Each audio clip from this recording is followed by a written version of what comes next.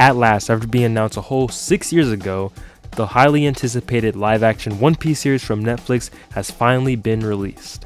Will it be another soulless, terrible adaptation from Netflix, or will it break the curse of terrible anime live-action adaptations from them?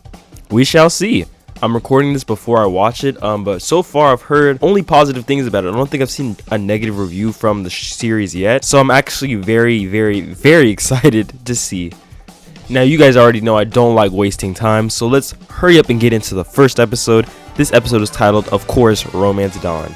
I think I got a little ahead of myself. Before we go to the first episode, let me explain. We'll be going through each episode. I'll be giving my review of each one. I'll be giving my thoughts and stuff on it, and then I'll be ranking them at the end. I'll rank every episode at the end by worst to best. And also, this will be a spoiler review. I'm not gonna beat around the bush with spoilers. This is a spoiler review, so if you have not seen it somehow yet, then please click off the video, watch it, and then come back. But yeah, let's get into the first episode. It's called Romance Dawn, like I said.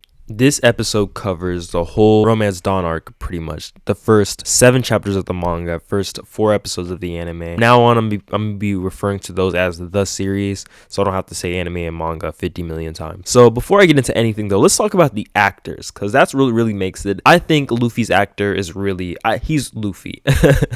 Like, he is Luffy through and through. I think everyone does really well. I don't think I really had a problem with anybody's acting. I think Luffy is definitely the highlight. Luffy has always been my favorite character in the series, so of course he was definitely going to be the one I had the most eyes on. And he's definitely the best here. He shines. Love Luffy's actor, man. He's really Luffy, I ain't gonna lie. Like, he really is him. But everybody acting wise, it's not really that bad. Effects wise though, like, I see a few wonky things. Like, I think the transponder snail looked kind of goofy, and Luffy's stretching. I can see how somebody would see that is goofy as well, but what can you really do with that? It's really hard to make it look realistic, so like, I guess they did the best they can. But I think the transponder snail definitely looked a little goofy. That looked kind of goofy, I ain't gonna lie. But I think fight scenes are really good. You know, One Piece has never been known for its fight scenes, but I think they really did really good. I think it was really good. I think Zoro versus Mr. 7, the Baroque worker, I think that was pretty good too. I think the highlight though was Luffy, Nami, Zoro against the little marine grunts. I really liked that whole sequence. That was really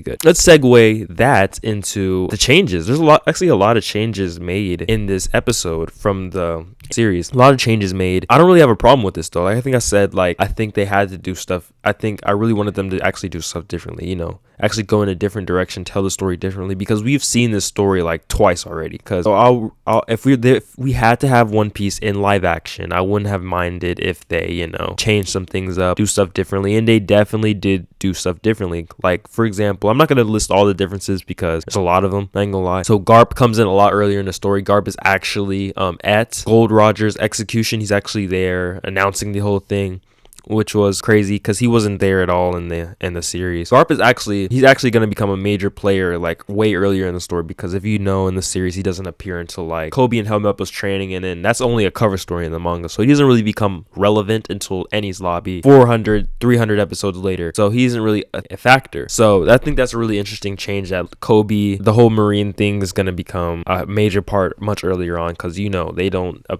appear for a long time. There's a lot of other small differences. They're kind of big though. I'll say medium. A lot of medium differences, like how Luffy meets Zoro is different, like a lot of different stuff. A lot of events are rearranged. A lot of stuff happens in different places. A lot of stuff like that. Nami comes in the story much earlier. You know, she doesn't appear until Orange Town. In the anime, she's in episode 1, but she doesn't meet Luffy until Orange Town in both versions, right? But she actually comes here and joins the crew here. So I think that was a thing. That was a thing. Now, shout out to Nami. I should have mentioned this in the actor section, but shout out to Nami's actor. I really liked her in his too.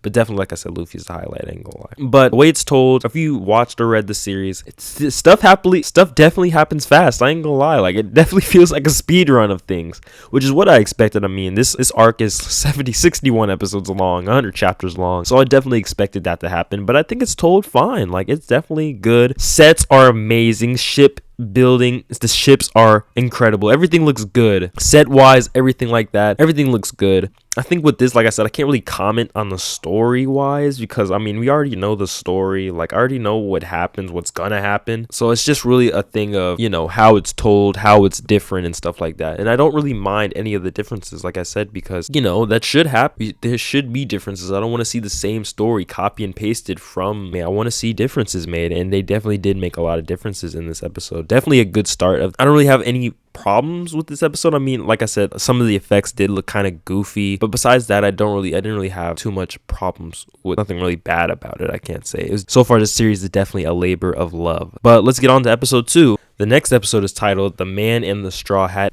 Now, this episode covered basically all of Orangetown, the Orangetown arc, but not really, because we didn't really see much of the town at all, except for like 2 little shots at the end, and then one shot where Nami runs out and sees the town all messed up, and then walks back in. So we don't really spend much time there. Most of this episode takes place in Buggy's little clown, whatever this is, little clown, whatever, clown lair, whatever it's called. We spend all that his little clown show most of the time. And let me just say, Buggy, because, you know, if you watch the series, Buggy is basically a joke.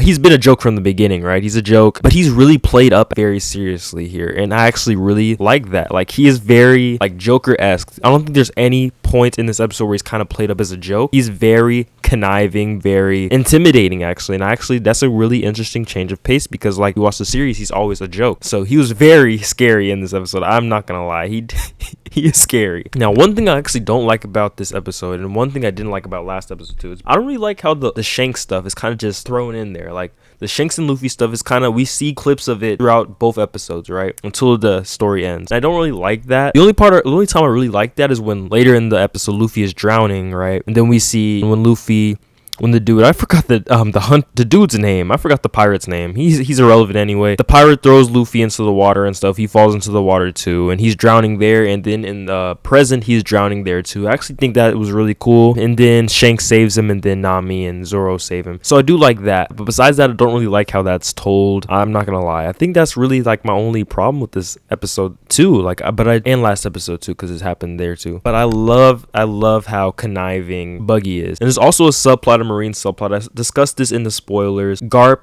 and Garp, Kobe, the Marines, are gonna be a subplot here. When, like I said, in the series itself, they're cover stories until they come back in the story in like Annie's lobby. They don't really do anything until that. But here, they're gonna be a subplot. They're gonna be a major part very early on, like I said, and I think that's a cool change of pace, definitely, because we don't see in the series, we don't see Kobe, you know, until that cover story, until that little 2-episode arc of his training, and then we don't see him again until Annie's lobby. So it's nice that we're gonna see him a lot earlier. We're gonna see him have a role much earlier on. But most of the episode, besides those 2 parts, is basically the Buggy stuff. Basically, the whole episode is the Straw Hats getting tortured. Basically, Zoro and Nami are locked in some room, and then one member on Buggy's crew, I'm not gonna lie, I forgot his name too. I know his face, but I don't remember his name. They say it in the episode too, but it's slipped my mind. I'm not gonna lie. Who cares though? He gets dealt with by Zoro. It's actually I really like this moment too. Nami finally figures out how to open. She was picking the lock the whole episode. Then she finally figures out how to open it. I really like that. She's like, he's torturing Zoro, like spinning him around, just throwing knives at him, seeing how long he could live. And then Nami comes up and just hits him. That was hard. And I really like how Zoro's like, yo, we got a plan. Like, what's the plan? You're always the one with the plan. Then Nami's like, let's beat up each other. Like, I really like that they're now becoming closer. They're becoming friends. I like that. Because, you know, they didn't really know each other. They didn't really talk at first, but now they're starting to really become cool. And then Luffy is getting tortured. He's getting drowned, of course. As you know, if you eat a devil fruit, you can't swim in water. You'll drown immediately. You'll just sink. So he's getting tortured. Buggy puts him in this glass container and it's filling up water in it. And of course, Luffy's doing his usual stick, like, yo, I'm not gonna give you the nap. It's not gonna happen. I'm not giving it up. Let it go. Suck dick. It's not happening, right? So he does that the whole time until Nami and Zoro come in. And, you know, I really like the tension in here. I mean, you know, Luffy's gonna get out, but dang, he's in the water. Like, he's in that water. If they didn't come in, and they did, you know, Luffy could have been, you know, you feel me? He could have been on a t-shirt. So he did. They did come though, and they did save him, stuff like that. And that's basically where it ends. Luffy, Nami, and Zoro, they work together. Buggy gets dealt with, lock all his body parts in the container and all the boxes and stuff, and he's just left with his head and foot. And then that's basically it. If he uses the Gum Gum Bazooka, he's gone. And then they free all the townspeople that got trapped by him. And then the episode ends. They save the people. Luffy lets them keep the food, and then they sail on their merry way. And then at the end of the episode, it's Nami's actually setting up her betrayal. We all know what happens. Nami ends up betraying them. I'm pretty sure who she calls is probably Arlong, saying, "Yo, I got the map." And that's basically where the episode ends. But like I said, I really like this episode. I definitely like it more than episode 1. Episode 1 wasn't bad or anything, but I really liked this episode. I really liked how they played up Buggy. Like I said, he's really intimidating, really scary. Even appearance-wise, I think he's really creepy. Definitely that creepy clown type of vibe. In the series itself, he isn't really that creepy. Like I said, he's always really a joke. So I really like how he's betrayed here. It's definitely a breath of fresh air from what we usually get from Buggy. But I'm really curious to see like how is from now on. I mean, is he gonna stay like semi-intimidating, or is he just gonna become straight joke? Probably straight joke, because that's just how he is. That's his character. Probably that's how it's gonna go. But his first appearance-wise, I really liked it. I really liked this episode. Definitely gave me Joker vibes. But yeah, good episode, man. Good start to the series so far. Definitely, it's improving. Like I said, episode 1 was fine. It's good. Episode 2 is definitely a step up. I did love episode 2. But now we're on to episode 3. It's titled Tell No Tales. And that's gonna be the Syrup Village stuff with Usopp, Kaya, Koro, all that stuff. Episode 3 is the Syrup Village stuff. Not all of it though. It ends. It's gonna end in the next episode, actually episode 4, but this is a chunk of it. I'm not gonna lie, Syrup Village in the series is not the strongest arc. It's probably one of the, I wouldn't say worst, because it's not bad or it's not terrible, but like it's probably like one of the weaker arcs in the series itself. So I wasn't really like, the episode's fine, like it's fine, but it's not like, it didn't have me the most engaged. I'm not gonna lie. One thing I really liked about this episode is definitely the set design. Aya's room is beautiful. The whole not the ball gown, not the kitchen, what do they call it, a dining room. The dining room is beautiful. Kaya's room really did have me like mesmerized. The sets are beautiful. Oh my gosh. But before I discuss most of the Syrup Village stuff, let's discuss a few subplots in this episode. First of all, Buggy, prediction was proven right. The next episode, he's definitely gonna be taking on the comedic route like he is.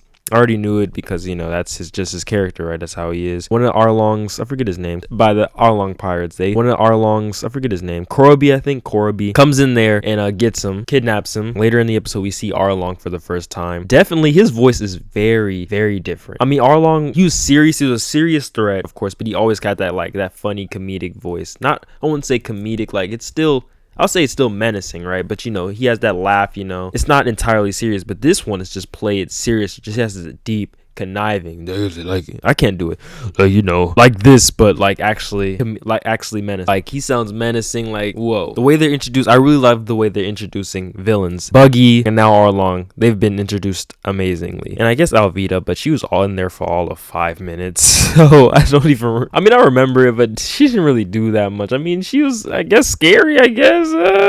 Then Luffy kind of made a fool out of her. But let's get back to this episode. That, and then the Marine stuff. They are a huge subplot in this episode. They keep cutting back in there. Garp ends up tasking Kobe with the mission, and the mission intertwines with the Straw Hats. All them on Syrup Village, they sent them over there because there's pirates over there. They figured that out, and now they're going to deal with that. So, like I said, Kobe, the Marines, Garp, they're essential part of this story from the beginning. I'm very interested to see where that goes. Are they gonna keep being part of the story into season 2? Are they gonna go on somewhere and come back later on like they did in the series itself? We'll see. But let's get into the Syrup Village stuff with Koro, the Straw Hats, and all that stuff. So it plays out, like the anime and manga, the series, obviously differently, of course. Like, not a lot of this stuff doesn't happen. It doesn't happen the way it happens in the series, but it's fine. Like I said, Syrup Village is not the strongest arc, so this episode was not the best. I wasn't the most engaged in this episode, I ain't gonna lie. They had a lot of cute moments though. Like there's a conversation Nami was having with Kaya, and then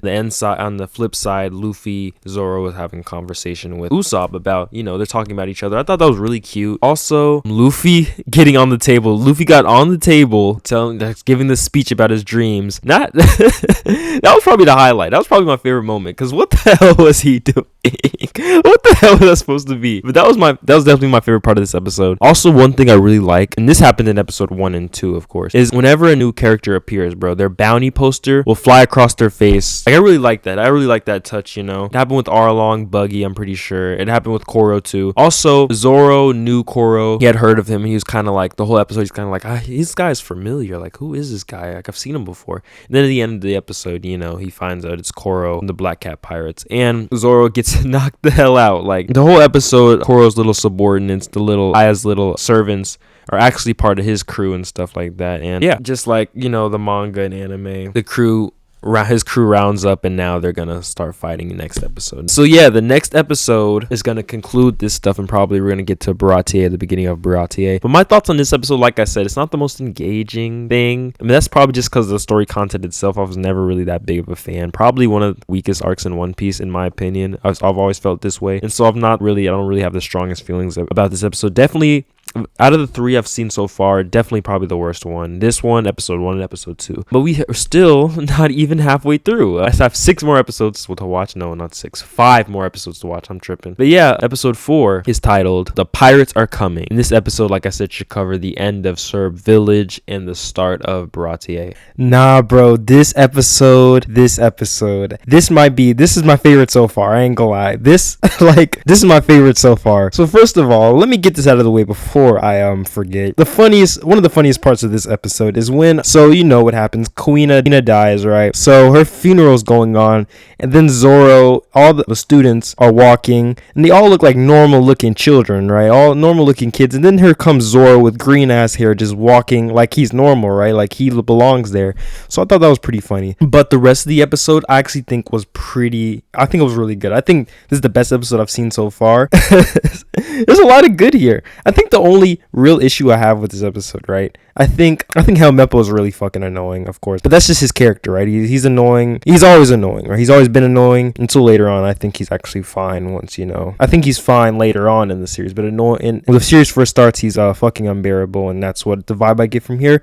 But that's not really a big thing.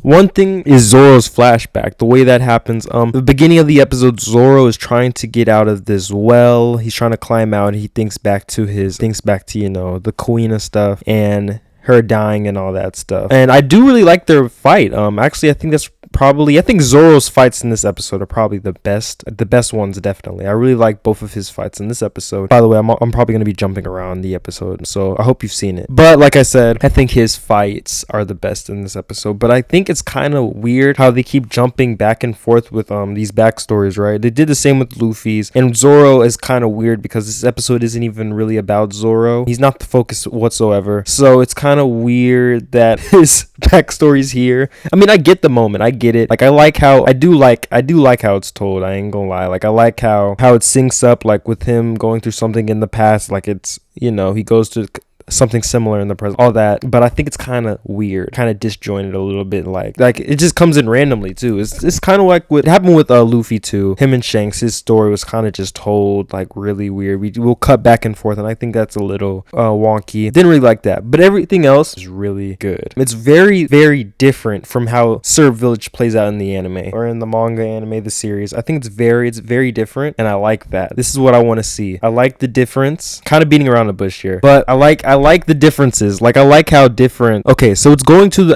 we're getting to the same points, right? Like the main points, like Luffy going to this island, the crew going to this island, meeting this character, him joining the crew, getting this. Like, the main bullet points are still the same, but the way we get there is different, and I like that because, like I said, we've already seen the story, so it's good that we're getting differences, a lot of differences, and in some ways it's better than the main story. But yeah, I actually really like this episode. One crazy part, like I jumped up, I was like, oh my god, there's no way was Kaya and Usopp at the end. They kissed at the end, bro, and I thought that was crazy. I was like, what the hell? Because, you know, in the anime and the manga, we were like, obviously, I always thought like they're gonna end up together. Like, it's obvious, but Oda doesn't really do romance and stuff like that. So, you know, we only get little crumbs, little bread crumbs. But they actually just went ahead and did it. Like, they just kissed. I was like, bro, when it was happening, they were talking. I knew it was a setup for a kiss. I was like, bro, there's no way they're gonna do it. There's no way. Like, there's no way. And then he did. I was like, what the hell? There's no way. So that was very crazy. That got a pop for me, because that's one thing we don't see in One Piece. We never see romance. So that's crazy that we've actually seen. Like, obviously, if you watch the series, they're probably gonna end up together. But to actually see it happen is crazy. And some other minor things, the Marines continue to be a big part of the series much early on. And at the end of the episode, they sail away from Syrup Village. We get this nice little moment with Luffy and Usopp fighting about who's gonna be captain and stuff like that. And I think that was pretty cute too. But another big thing is that the reveal that Garp is Luffy's grandfather comes way earlier. way earlier. I was wondering if they were actually gonna have them like meet and see each other. I was actually under the impression that Garp would be a part of it, but I didn't think they were gonna meet or anything. But they just went ahead and did it. Like I said, if you watch the series, that's not revealed until 400 something chapters in, post Ennie's lobby arc. That's not revealed until then. 400 chapters in, 300 episodes in. That's not revealed until then. So to see it this early on, it's crazy. But I'm jumping around the episode. That's probably if you haven't noticed already, I'm probably going to jump around these episodes. I don't feel like going through them in chronological order. I mean, like I said, the main bullet points are the same, but the way we get there is different. And if I go through all the differences in this series, we'll be here all damn day, and I'm just going to give my general thoughts, like I said. But yeah, I think this is definitely my favorite episode so far, bro. I had fun watching it.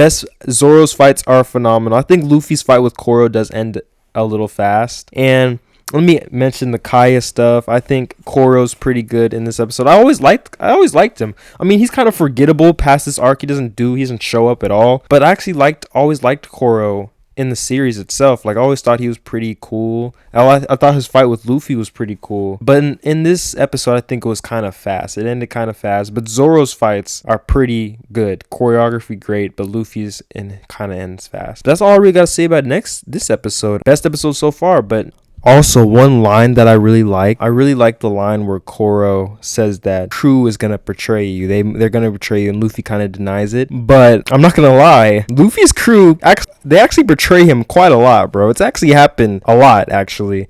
I mean, they all had their little reasons. Like, they all had reasons. But it's actually, it's technically happened a lot, actually. So he wasn't really wrong about that. But of course, they weren't doing it because, for malicious reasons. Of course, they had their reasons. But, that actually, like I said, it happens a lot, actually. And one line I also liked, Luffy's line, he says that, oh, I'm not talking anymore. I'm just listening. I really like that line, too. But yeah, on to the next episode. Now we're on to episode 5, which is titled Eat at Baratier. That's where we're introduced to Sanji. Yo, Mihawk. This is supposed to be Baratier. This is supposed to be Sanji's episode, but I'm not gonna lie, Mihawk stole the show. He stole the show the moment he came on screen, bro. The moment him and Zoro locked eyes, that duel, I was mesmerized. That's the best part of the episode, hands down, bro. And in the series, they kind of the duel's obviously played straight, right? And Zoro says his famous line, "I'll never lose again," and then Luffy's like, none. He says that, right? But this version, it's actually played completely straight, right? No, none of that. No funny in here. Luffy's he's dead ass worried about him. So that was an interesting change. But that whole part of the episode, the whole duel, them meeting, them exchanging words, that is the best part of the episode. Amazing. The Baratier stuff, Sanji, I liked Sanji and Zeph's. I like Sanji and Zeph's banter. That was cool to see. I'm surprised we didn't see none of Sanji's backstory in this episode. This would have actually been a good time to do the little cut back. I'm surprised they didn't do it here. Probably next episode, because this is not the end of Baratier. But besides it's gonna be interesting to see a kid starving in live action, because Sanji's backstory. I didn't think it was starving, so it's gonna be interesting to see that. Don Krieg, he was a major villain in this part of this whole arc. He's actually got dealt with very early on by Mihawk, so he's not even a factor here. He appears for all of 3 minutes. And also one of his crew, Jin, I was thinking Jin was gonna turn on him like he did in the main series. He did some real snake shit. He actually is hungry, gets some food, and goes on his merry way. He doesn't do any weird shit. As far as I know, he might do it in the next episode. I don't know. He might come back. I don't know. I haven't seen it. But as far as this episode goes, he actually just gets the food and leaves. So I was actually surprised to see that. I was anticipating this nigga to do some slimy shit like he did when in the main series, but he doesn't. So that's another interesting change. I'm really thinking about doing a video of all the changes in the live action One Piece. I might do that, but that's gonna take a long time. It's gonna take a long time to do, but I want to do it. But back to the episode. That's really all I have to say. It was a good episode. Like I said, Mihawk, Zoro took the stage. That's really my main highlight. Their fight, their duel. That's my highlight of the episode. Sanji, Zeph, Baratier. That was a treat too, but that was definitely my favorite part of the episode. Also, Sanji. I know early on Sanji wasn't really doing this in the main series either. He didn't really do it until until he joined the crew as much. But he didn't really go after any women and stuff like that. He kind of flirted with Nami a little bit, but it wasn't any over the top way. It's played straight, he just says madam, calls her beautiful and stuff like that. Played completely straight though. He's not really comedic. So I'm interested to see how are they gonna handle that. But like I said, this episode's fine. Zoro, Mihawk carried. Everything else was fine. Good episode. We on to the next episode, man. The next episode 6, is titled The Chef and the Chore Boy, obviously referring to Sanji and Luffy. Episode 6 is phenomenal, bro. It is amazing. I think the only real issue, it's not even really an issue, it's just it looks kind of goofy, right? I think the fight scene with Arlong and friends, I think it's a little after the serious tone, because this episode has a super serious tone all throughout. I don't think there's not really much comedy until Buggy comes in, right? And then we get this goofy ass, kind of goofy looking fight scene with Luffy and Arlong and stuff. But besides, it's not really bad. It's just it's a little like I said, it's a little goofy. But it's fine though. It's fine. They all get completely thrashed. They try to go up against Sanji. It's Luffy, Sanji, Usopp. They try to go against Arlong's crew from a first fight. Luffy even gets knocked in the sea. Sanji comes to save him, of course. Like I said, I'm going to be jumping around these episodes. I'm not going to recap it because we already really know the story, right? But anyway, in the beginning of the episode, I think they did this really right this time. This is how they should have did all the other backstories. They actually told Sanji's backstory consecutively, right? Just tell the story. Don't cut back and forth. I thought they were going to do that, and they could have did that last episode. That's what I thought, but they just went ahead and told it. And that's great. I actually love how that story is told too. Sanji's backstory is one of the sadder ones, and it's told great. Not too much different from the one from the main series. It's pretty similar. They get stranded. Him and Zeph get stranded. Zeph gives him the food. Most of the backstories are just left intact. Usopp's mom dies. Kuina dies. Shanks comes and saves Luffy, with little minor changes, but they're mostly kept the same. But also in this episode, like I said, Arlong comes, and like I said before, when he appeared a few episodes before, he is played completely straight. If you remember from the main series, he's a legitimate threat there, of course, but he also has that annoying ass laugh in the series, that makes him I take him seriously, but at the same time, there's a little bit of funny in there, that. And here, it's kind of here. He has a laugh, right? But it's normal. But anyway, with him, we actually get some of the racist undertones. Some of the things that fishmen have to go through that we see later on in the main series. Stuff that comes up, racism against fishmen and stuff like that. Those themes come up later in the series, but they're brought to the forefront here with Arlong. He's obviously mad that fishmen are not treated as equally as humans and stuff, and now he has a position of power. He's coming to take revenge off humans, stuff like that. You get that. You see that obviously when he comes in the room and starts going on his little spiel. I think everyone was great here. Luffy was just some of the lines he says against Arlong before their fight. The specific lines are slipping my mind, but before the fight, he's like, "Come at me." And he doesn't say "come at me." He's like, "You're looking for me? I don't back down." It's something like that. I love Luffy, man. I love Luffy's actor here. But something I didn't mention before, I also think it's kind of goofy how he says "gum gum." It's kind of goofy to me too. But overall, like I said, this episode is phenomenal. I think it's great all throughout, bro. Zeph and Sanji were a highlight as well. The end scene where Sanji says goodbye to Zeph had me almost tearing up. I was like, damn. Obviously, I'm missing parts of the episode. Like I said, I'm not gonna go through the whole thing, or we're gonna be here all day, bro. There's a lot of stuff in that hour, but we're just skimming through episodes, just giving my little thoughts about it before I get to the main thoughts. But yeah, this episode was phenomenal, bro. This might be the best episode so far. Two more episodes left. Episode 7 is titled The Girl with the Sawfish Tattoo. So, Arlong Park has always been one of my favorite arcs in the entire series. And the live action version of it just reinforced my love for that arc. I love that whole story, bro. Top to bottom, this episode is perfection. It's perfection. Like, I really don't have... I've been trying to scrape for problems because I think I'm too positive, but holy shit, I don't have any problems with this episode. I don't think so. I think this is really a problem. This is really like, a little like funny thing. Some of the fishmen do kind of look kind of scary. One of Arlong's crew, Chu looks kind of freaky in this. I ain't gonna lie, he looks kind of scary, like in an uncanny way. Like, but I think this episode is perfection. Arlong Park, the whole arc is perfection in itself, and live action is just it reinforces that for me. I love this arc. I loved it. I popped when they did the famous scene. The scene. Luffy gives his hat to Nami. I love that scene. It's one of my favorite moments in the whole series. The whole walk to Arlong Park. They don't do that in this episode. The episode cuts off right where they do the walk, but they did it amazingly.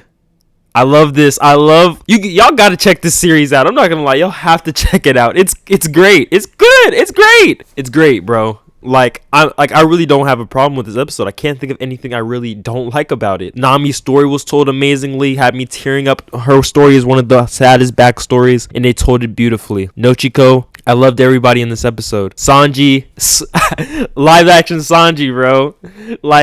I love he's a smooth talking. I love that, bro. It's not over the top like it is in the main series. He's just a smooth talker, bro. I love that. I loved what I saw in this episode. I love this episode. This is the best episode so far. I already know the last episode 8 is gonna top it. I already know. But damn, just for this episode alone, just for the Arlong Park content, y'all need to check out this series. I love it. It's great. Like, what can I say? What can I keep saying? I love what I saw, bro. Arlong Park told magnificently. And now, we're on to the last episode. Episode 8. One more thing I wanted to mention about this episode, though, the Marine subplot. The Marines have been chasing around Luffy like they're Team Rocket, and I think Garp's arc, he's trying to come to terms with, Luffy's a pirate. He doesn't want to be a Marine. He wants to do his own thing, and Kobe's trying to tell him, like, Luffy's not one of the bad ones. He's not who you think he is. He's not like one of the bad pirates. And of course, Garp's whole arc here is going to be him trying to come to terms with all that, and that's probably going to lead to a confrontation next episode. Will he be around? Will he stay around like Team Rocket? Will he just go away after this? I don't know. Season 2 is not coming out until 2027, so it's gonna be a while before you see. But I'm actually curious to see if he's gonna stick around. We'll see though. But like I said, last episode is titled Worst in the East, episode 8. So the last episode 8, this was a nice episode. It was the end of Arlong. They had their battles. Actually, I really like Zoro and Sanji's battle. That was probably the best one. Their little banter. I love their banter. That was probably the best battle.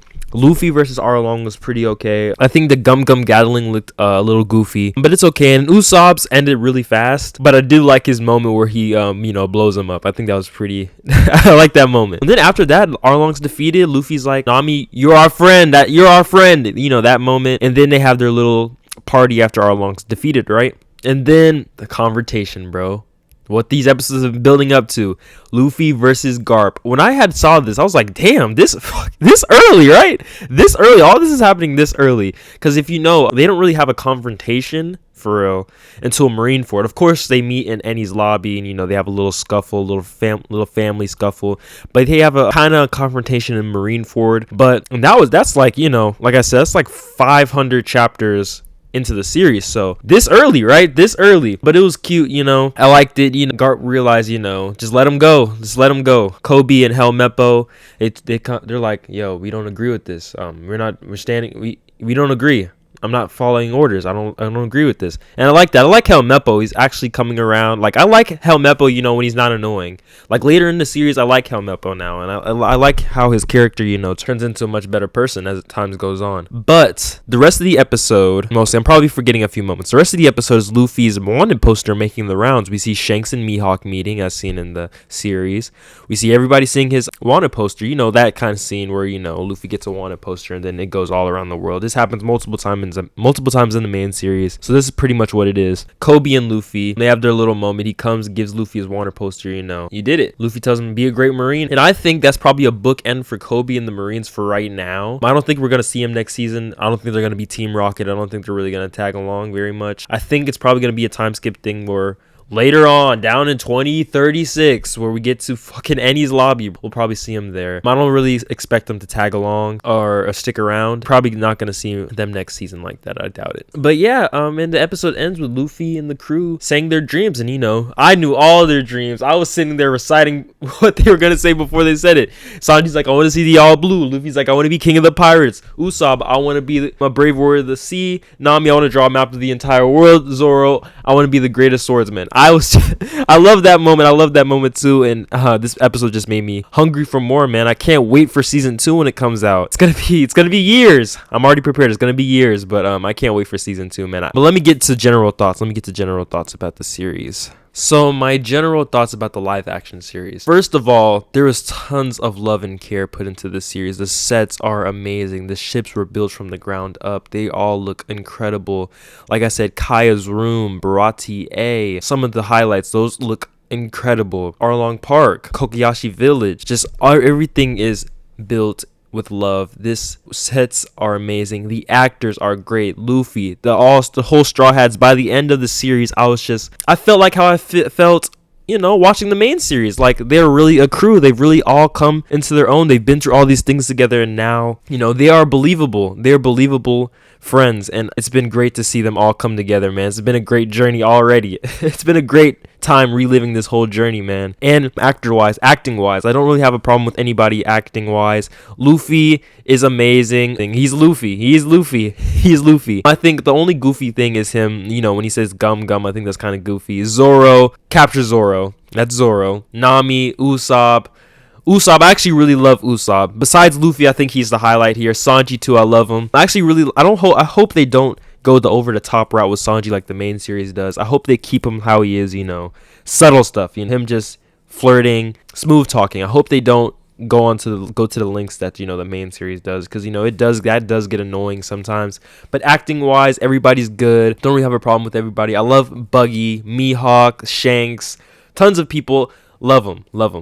As you may know, if you've seen the series, there are tons of changes, and I don't really have a problem with this, because like I've said a million times here, there are tons. We've seen this story 2 times already. The manga and anime have a few little differences, but it's basically the same story told the same way, just in a different medium. And so I love that they went with the route of making a bunch of changes here. So we get the main bullet points here. Luffy meets this crew member. He goes to this island. He defeats this antagonist. He goes here. The main bullet points are the same, but the way we get there is different. And I think that's good, because I don't want to see the same story just told in live action. We've seen Disney do this. The Lion King, the live action Lion King, for example, is literally the same movie, just in quote unquote live action, but it really is just CG. But it's literally the same movie, right? So I'm happy they're making some changes, and they're good changes. They're not unnecessary changes. They're not anything too terrible. And the big change, one of the biggest, is, the Marine subplot with Kobe and Helmeppo. Of course, like I said a million times here, they join the Marines and they don't show up until Annie's lobby. So to see them here, I was interested in seeing that, seeing Kobe, because like I said, we don't see too much of him after the first arc, but I think it was pretty okay. It was kind of weird seeing Garp so early, and all the whole twist of him being his grandfather so early, but I think it all ended up fine. Their confrontation was good. I think that was pretty cool. I'm probably missing some other stuff right now. The fight scenes are great. The music, though, I think the music was a little weak. Not too many tracks were too impactful to me. I remember I heard We Are, an instrumental of We Are, and I forget the name of this other song. It's the song that Brook and his crew were singing. I know the name. I don't know that. I'm forgetting the name. It's slipping my mind. But y'all know the song. I also heard an instrumental of that song. Those are the 2 that stuck out to me. But everything else, I don't think the soundtrack was too impactful. And another weird thing is, another funny thing is when I remember Nochiko was in the crowd, bro. This actually happens a lot, bro. You see all these regular looking people, and then you see all these bright closed ass, bright hair ass characters like Nochiko, like Zoro, like Nami. It's kind of out of place. But that's just a nitpick. And actually, really, what I really like about this series is that death is really on the table here. Something infamous about One Piece is that characters don't die. Characters in the present do not die. The only time a character really dies is if you're in the past, or if you're like Ace or somebody, or Pedro. Those are some of the examples of people who've actually died. But it's very rare that a person dies in One Piece. And this is very infamous. But it looks like death is really on the table here. Mary died. I was like, I suspended my disbelief. I was like, nah, he's probably not dead. There's no way.